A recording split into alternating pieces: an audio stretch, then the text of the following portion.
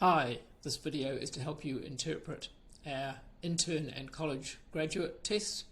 I'm Giles Pearson, co-founder of Account Tests and author of this test. So this test is designed for testing the knowledge of interns and college graduates. No practical knowledge is really expected. The test is to see if graduates have an intuitive understanding of debits and credits and can demonstrate an understanding and therefore an interest in how business works. Looking at the report, you can see at the top right hand side is the order number, and that's the order number you'll need for any time you want to look up a test in our testing portal. At the bottom of the first page you can see the time taken. This test has an allocated time of 15 minutes, and if the time taken says 15, then that means your candidate was still working on the test when their time ran out. Otherwise you can see how long they spent in the test. The start and finish times tell you the date and time the candidate entered and exited the testing platform, which includes the time for them filling out their details in the biodata and doing some sample questions. If you go through to the next page, this gives you some background. It also gives you a link to our website about the proctoring. All of the tests are proctored.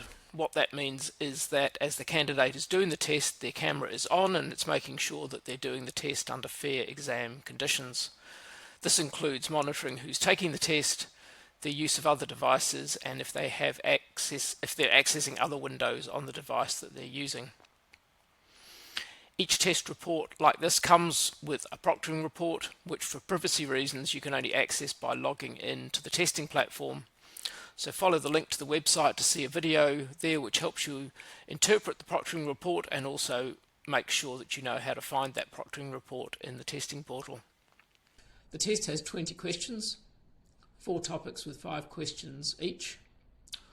Although there's no specific pass-fail score, in our opinion a candidate needs to get 15 out of 20 to show a strong understanding. The topics are in 2 groups, so accounting concepts and accounting terminology is that understanding of business and how accounting fits with that. The other 2 topics are journals to transactions, so that's taking journal entries and identifying the relevant transaction, and then transactions to journals is taking a transaction and redescribing that as a journal entry. On the next page we go through question by question. So what was the question about? Which topic was it in? Did the candidate get it right or wrong?